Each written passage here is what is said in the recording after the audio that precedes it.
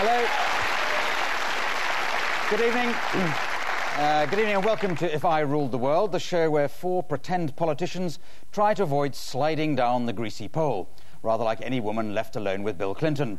And with Jeremy Hardy on the red team is Rebecca Front, and joining Graeme Garden on the blue team, Fred MacAulay. And now we want to test out our politicians' views on a matter of topical interest, and the matter of interest this week is drugs. Jeremy, can I come to you first? What's your position on drugs? Well, clearly we're going to have to do something about sponsorship in sport. Tobacco and alcohol make people sluggish and fat and overweight, which is fine for rugger and darts and so forth. But for athletics, we are talking to some Colombian businessmen about sponsorship. Things go better with Coke, that sort of thing. Yes, that sort of thing. And they have, it's true, these businessmen paid a donation into a blind trust account in my name, but I knew nothing about this account until you mentioned it this moment. Yes. Right. Rebecca, are you backing up your party leader on this? Well, I know why you're asking me this, Clive. Let's just clear the air. There has been a lot of tabloid chat about my drugs habit. Yes. I have no drugs habit. I was a student, I took marijuana, but I never inhaled. Fair enough. I took heroin, but I only pushed the syringe part of the way up. And I did once snort cocaine, but I mean, I sneezed immediately afterwards, you know. Yes. So it's, you know, it's really negligible. What I would say, and I know that Jeremy feels very strongly about this, is that with the old hallucinogenic drugs, you knew where you were. Yes. Perhaps we'll leave it there. Could I just make clear that I've heard what Rebecca has said, and it's quite clear from what she said that she's made perfectly clear that she's never taken drugs. I heard what she said. I heard what... Clive, I'm sitting Clive, I am sitting next to her. I think I can hear better than you. I don't think you can. Let's go across the other party. Graeme, what's your position on drugs? Well, I think we're all aware that the police are taking a more relaxed attitude on cannabis, so obviously it works for them. I would back their position because experiments have shown that if everyone in the country took cannabis... hey. Not all drugs that have a bad name are actually, in fact, bad. I mean, anabolic steroids, nothing wrong with them, although I actually have quite a few arguments about this with my ex-husband. Fred, can I bring you on this? Yes, Clive. There's been a lot of talk about E, the so-called young person's drug, or ecstasy, and we're going to balance it out by introducing a drug for the older generation called L, or lethargy, and a drug for the even older generation called Effetol. It's an antidepressant. One of the things we're hoping to do is to make drugs part of the national curriculum, and then you'll find that children are getting off drugs by forgetting their kit.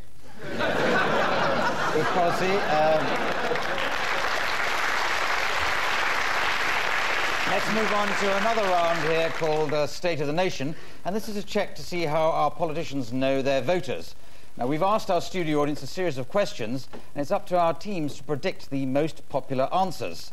Now, Graeme, you've got to deal with this one. The first question we asked our audience was, name your least favourite European nation.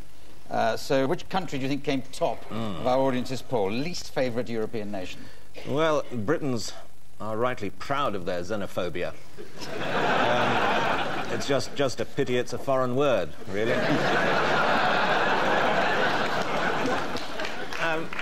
And we in this country have long memories. I think the Germans have never been very popular since they swept across Europe to annex the sun loungers. The Poles are unreliable, especially in the lead-up to an election. But I think probably top of that list would come the French, because they have pinched all the tickets for the World Cup. I would say France. All right.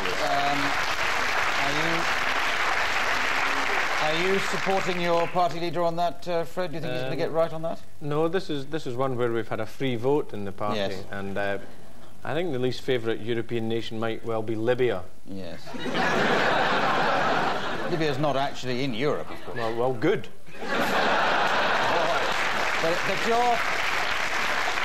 I assume you're not going to be persuaded into Libya. You're saying that France is the most unpopular nation in Europe. Yes, I'll stick with France. OK, well, let's see what the result was. What did our audience say was the least popular nation? There you go, you were spot on. Yep. So you've obviously got to be convinced that France just beat Germany into second place. Wales was third, strangely. Anyway, Jeremy, yours was the second question. What are you most looking forward to seeing in the Millennium Dome? That was the question. So what do you think our audience said for that, the most popular answer? Well, clearly Jesus. It is his birthday. We all want him to be there. But I've been talking to God about this, and God agrees very much with me. Yeah. It's entirely appropriate that Jesus should be there. It would be an enormous boost to the catering. Although we will be...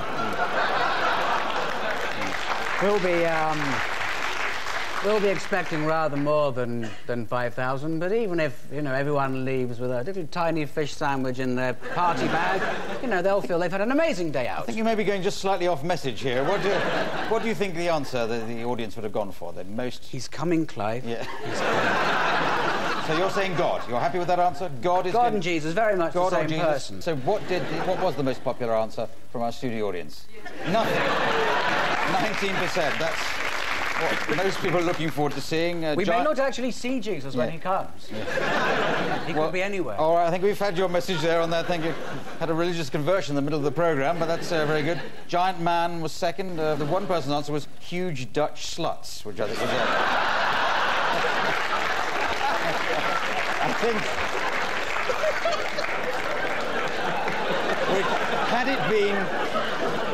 Had it been on a multiple choice, I think that might have done rather better in the voting. Third question, Fred, what characteristic do you most associate with Scottish people? And you've got to work out what most people here in a London audience would most associate with Scottish people. What do you think they answered? I think it's going to be a toss-up between... A what? A toss-up? Between generosity... sobriety, yes, and just downright cheeriness. Yes. I don't want to give you too much assistance here, but you're not warm yet. So I think probably tight-fistedness. Tight-fistedness. So let's see the answer. What was the most popular characteristic? As hating the English. You might have got that. Makes my fist tight. Well, anyway, you didn't get hating the English, as you might have got. Drunk was the next one down. Sexy was third. You might have guessed that. But other answers were smack addiction and ginger for some reason. OK, fourth question. Slightly different sort of question for you, Rebecca. Who would win a fist fight between members of the royal family? So, who do you think they went for on this one, Rebecca? It's a burning question, actually, isn't it? It's a bit of a fun question. It's... Oh, right. Well, I would say the Queen Mother, because she's small and nippy, and she's 95% aluminium, so she's very light. OK, well, let's go and let's just check to see if you're right there and see who won the vote. The Queen Mother, 35%. Yes. No real contest there. Fergie came second for some reason, and then some Princess Anne, Prince Harry. One person said Prince Nazim Hamed, which I think gets the vote for the cleverest answer. OK, now we'll be having a series of opinion polls during this programme before holding an actual election right at the end of the show. So let's see now how the parties stand at this very moment. So vote blue if you support the blue party, vote red if you support the red party, and vote now.